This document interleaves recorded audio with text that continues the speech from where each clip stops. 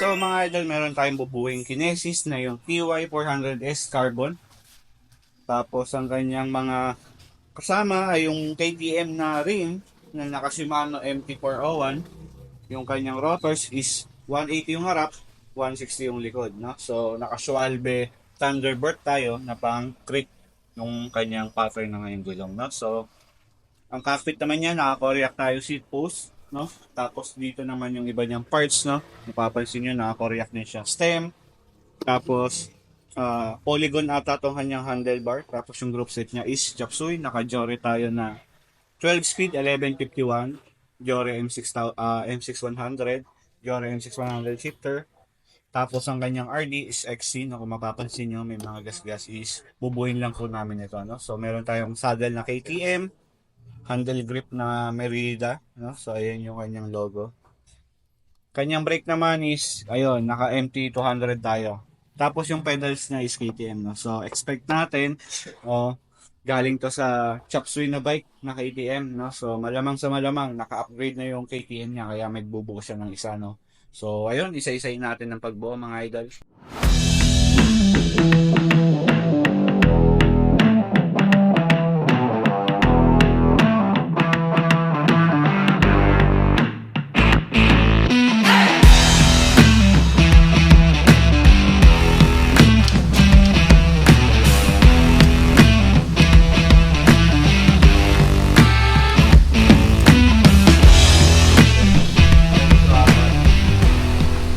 So, yun na nga mga idol, no? So, na-recable na natin siya. Na-routing na natin, no? So, ayan. Yun yung kanyang cabling. Masasabi ko dito, napakaganda ng pagka-internal niya mga idol, no? So, galing dito sa baba.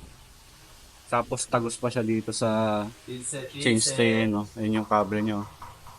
Tagos dito, no? So, masasabi ko, maganda yung tignan, pero prone to sa dumi, no? Madaling pumasok dito yung dumi na may ipon sa loob. Kaya kailangan regularly nagpa-flashing, no? So mas okay tanggalin yung tornilyo para yan bumaba yung mga putek-putek, no? So yun.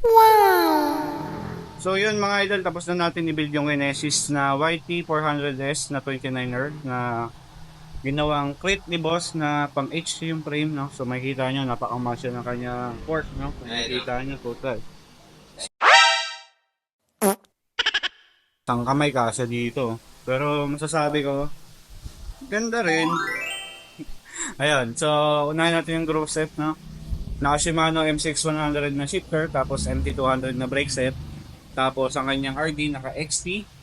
Tapos Diore na M6100 tugs, M6100 chain, M6100 crank. Tapos yung pedal niya na KTM, no? KTM din yung kanyang rim. Ang hub niya is Shimano MT401, no? So, yung tire niya, yung Schwalbe Thunderbird, no? Napakaganda ng kanyang gulong, no? Saktong-sakto sa mga panglaro to, mga boss. Napakatuloy na ito, no? So, naka-Koreac tayong seat post, stem, polygon na handlebar, Merida G5 na handle grip, no? So, bigyan natin ng kaunting montage yan.